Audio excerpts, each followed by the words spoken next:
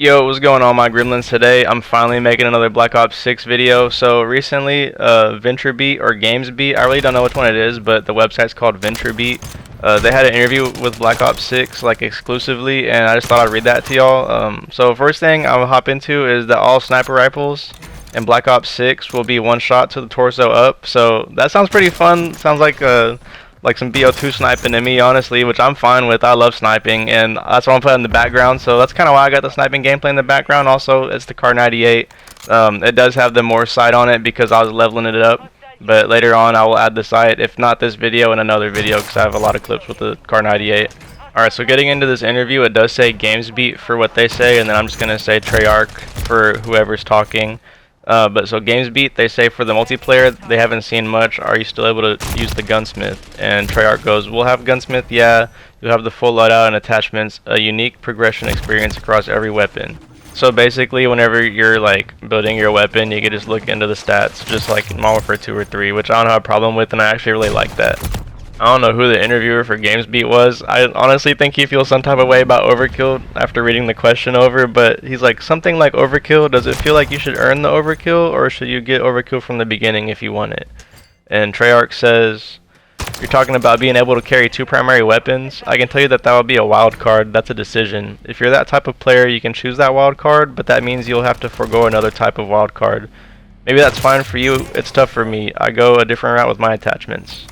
If you remember, the wild cards from Cold War is an additional piece of your loadout. You pick one card and that lets you break a rule. In your case, you would pick the overkill wild card that lets you take two primary weapons.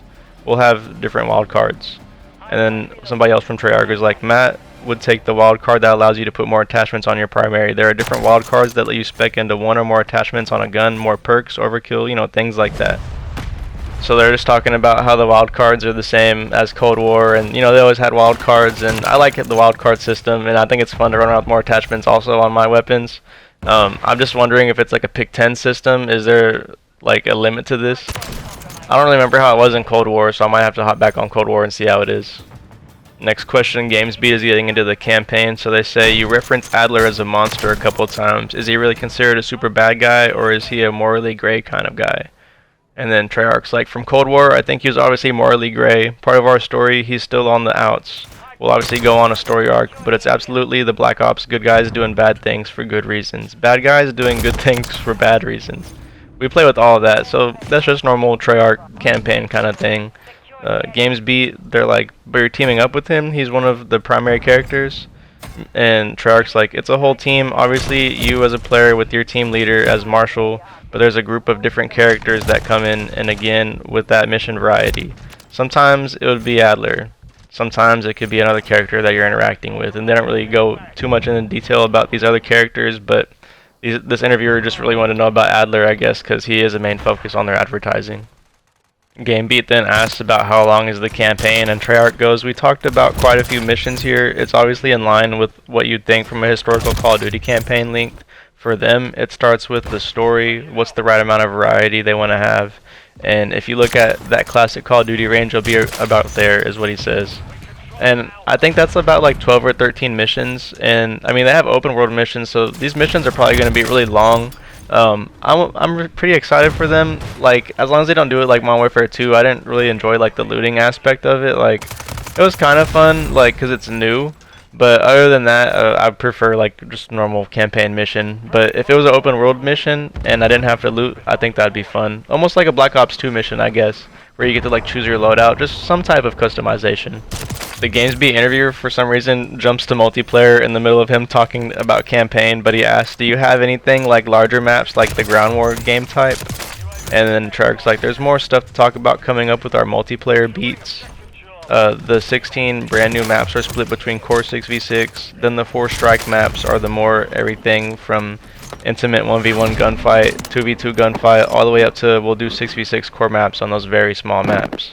Those are some of my favorites. Those will all be there at launch. So pretty much that, they talk about Strike. Strike was in Cold War, and it's kind of like a mission, and that was fun. I played a little bit of Strike. I didn't get any of the achievements on it. I think that's all I really need for Cold War, to be honest.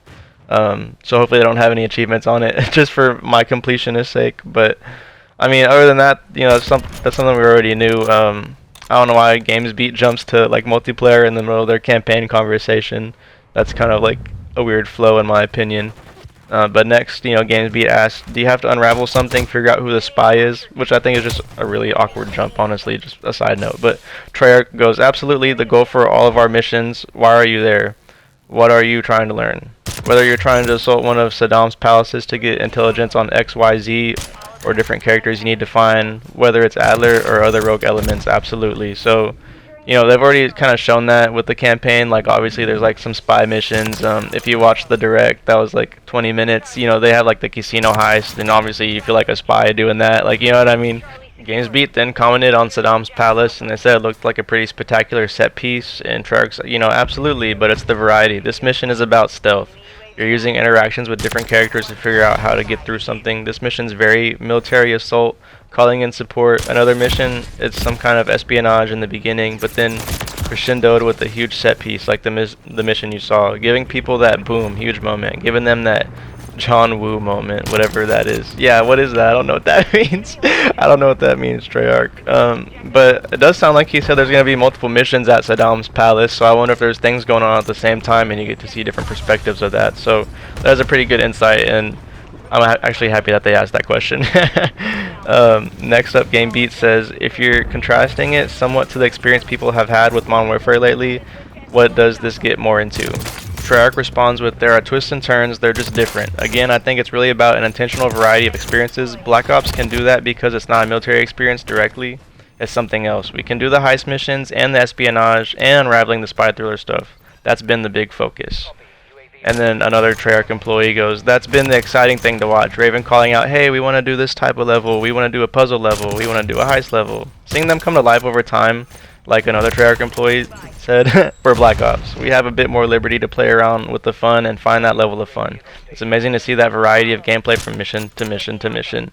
I don't know why it says mission 3 times. That was a little awkward to read.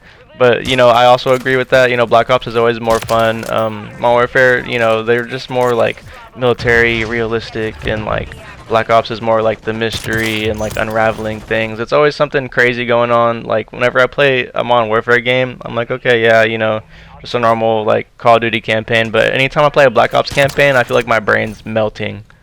This next question is worded very weird. I guess they just typed it out word for word.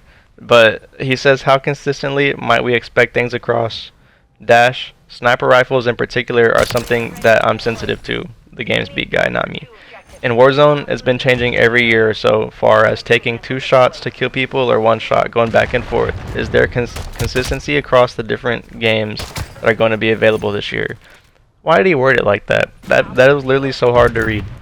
Alright, but anyway, Treyarch goes, I'll give you the PR answer. We're talking about Black Ops 6, the premium experience, today.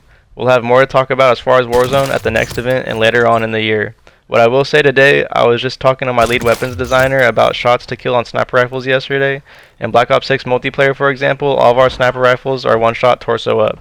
Obviously, you'll have different characteristics as far as slow fire, fast fire, recoil. But we talk across the studios, we're all very aware of what's going on. There's a goal of consistency, but there's also a goal, if I can switch slides, there's also a goal of doing what's right for each experience. We start with that goal of consistency on Cold War, looking at the Warzone experience on that. We were completely different code stacks and tech. It was literally a port and then a tune of the weapon to Warzone. Now we're unified. It allows us to work a lot closer together. When Matt's making a tuning decision, the Warzone folks can see that directly. So as long as they're changing something, like it goes straight to Warzone. Like they used to have to, I guess, put the stats, send the stats over, and then they're like, okay, well let's tune it like this. Now it's just whatever he does is whatever happens in Warzone. So that's a good change, I think, like more consistency. That was the last question they had on the blog, so maybe that's why that question was so messed up. I don't know, but there was one little bit of information I wanted to give y'all before I left, and that was like the game timeline for the Black Ops series.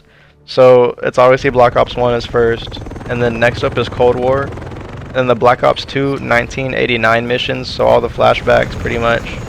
And then number 4 is Black Ops 6, where we're at now. And then they also said that Black Ops 4 and then Black Ops 3, so I don't know if that means that those games are like chronological and they're going to keep playing off of that. They don't go into much detail in the campaign about what's going on. You just kind of like hop in at a certain point, so they definitely could do that, and I could see them doing that, so I am pretty excited for that. But that means that, like, you know, Ruin and Battery Prophet, you know, all of them, they're canon, so they're gonna be in the story in the future, and those are like some of my favorite characters because I just love Black Ops 3. Like I started in Black Ops 2, but Black Ops 3 is just my game, bro. I love Black Ops 3. And then the last screenshot that I had for this was just a Call of Duty hoodie that I saw on their website that I liked, but it was like 60 bucks, and I was like, I'm not getting that. But you know, that's all I got for y'all today. So let me know what you think about this, like blog in the comments. You know, leave a like and subscribe if you enjoyed. I try to upload daily, if not a video, at least a short, and if I don't get either out, then I'll live stream, because I'm just trying to keep it consistent over here, and I really have a lot of fun doing it, and I appreciate every single one of y'all that, you know, leaves a like and subscribes. I'm at 585 subscribers, so all 585 of my gremlins, I do appreciate every single one of y'all. I say it at the end of all my videos. I love y'all. But that's really all I got for y'all today. If you're interested in Fortnite or Lego Fortnite, I make those content like videos as well, so make sure to check out my playlists. I have all my playlists, you know, set up pretty nicely. I am gonna start like going back and like editing like the titles and all that just to make it more relevant today. So if you see something that's like, hey, why is that video came out like 3 years ago and it looks like how he made all his videos like the whole time, it's because, you know, I went back and edited them so you could have a better viewer experience, I guess. But anyways, been muted, and hopefully you check out some more of my videos, and I'll catch you on the next one.